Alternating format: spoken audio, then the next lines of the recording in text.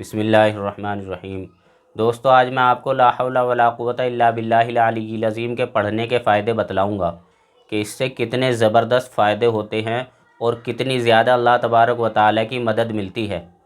تو دنیاوی کام میں بھی اللہ تبارک و تعالیٰ کی مدد کے بغیر ہمارا کوئی کام نہیں ہو سکتا، اور آخرت کا معاملہ بھی، آخرت کے معاملے میں بھی اللہ تبارک و تعالیٰ کی مدد کے بغیر ہمارا کوئی کام نہیں ہو سکتا۔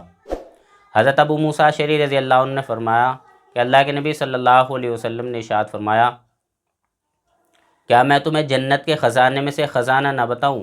تو حضرت ابو موسیٰ اشعری رضی اللہ عنہ فرمایا، جی ہاں یا رسول اللہ، ضرور بتلائیے۔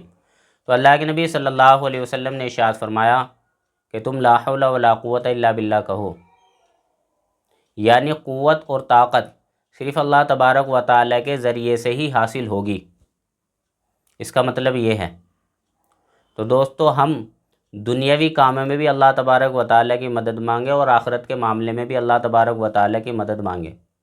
دوستو، دنیاوی کام میں اور اخروی کام میں آدمی کے لیے بہت مشکل ہو جاتا ہے بہت سارے کاموں میں، یعنی لگاتار نماز پڑھنا یا روزے رکھنا یا دین کے کام کرنا یا دنیاوی کام کرنا، بہت رکاوٹیں، پریشانی، مشکلیں آ رہی ہیں، تو آدمی کے لیے ان کام کو کرنا تھوڑا مشکل ہو جاتا ہے۔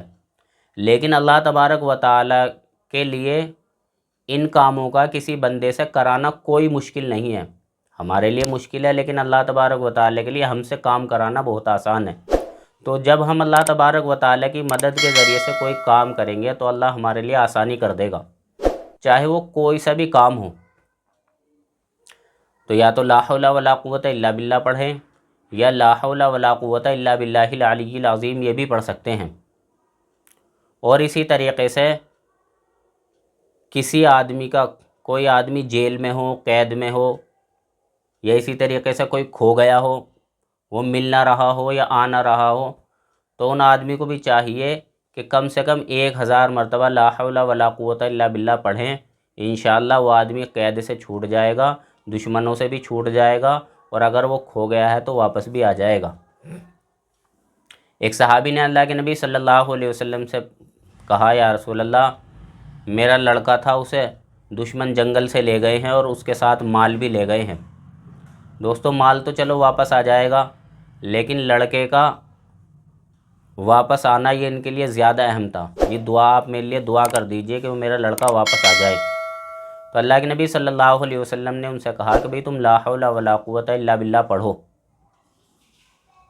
تو انہوں نے کچھ دنوں تک لا حول ولا قوت الا باللہ پڑھا۔ ایک دن رات کے ٹائم ان کے گھر کا دروازہ بجا، تو یہ اچانک سے ڈر گئے، بھی بھئی رات ہو رہی ہے، پتہ نہیں کون آیا ہے۔ تو انہوں نے جو دروازہ کھول کر دیکھا تو دیکھا کہ لڑکا وہیں کھڑا ہے، یعنی لا حول ولا قوت الا باللہ پڑھنے کی برکت سے اللہ تبارک و تعالی نے اس لڑکے کو واپس بھیج دیا۔ اور وہ لڑکا کہتا ہے کہ ابا جان دیکھو، جب میں یہاں سے گیا تھا تو دشمن میرے ساتھ میرے 4 اونٹ بھی لے گئے تھے، اب جو میں واپس آیا ہوں تو میں ان کے 40 اونٹ لے کر آیا ہوں۔ تو پھر انہوں نے یہ واقعہ اللہ کے نبی صلی اللہ علیہ وسلم سے بتایا کہ ایسا ایسا رات میرے ساتھ معاملہ ہوا۔ تو اللہ کے نبی نے کہا، دیکھو بھئی تم ان اونٹوں کو بے دھڑک استعمال کر لو۔ تو دوستو، اسی طریقے سے کوئی آدمی پریشان ہو یا جیل میں ہو یا قید میں ہو یا کہیں گم ہو گیا ہو، تو اس کے گھر والے بھی اگر 1000 مرتبہ لا حول ولا قوت الا باللہ پڑھیں گے تو یقینی بات ہے اللہ تبارک و تعالیٰ اس کی رہائی کا معاملہ کر دیں گے، دشمنوں سے اسے نجات دلا دیں گے۔ اسی طریقے سے اگر وہ کھو گیا ہے تو اللہ اسے واپس بھیج دیں گے۔ تو جس قدر یقین کے ساتھ ہم پڑھیں گے اسی قدر یقین کے ساتھ اللہ کی مدد آئے گی۔ اللہ تعالیٰ صحیح سمجھ کی توفیق نصیب فرمائے۔ وآخر دعوانا الحمدللہ رب العالمین۔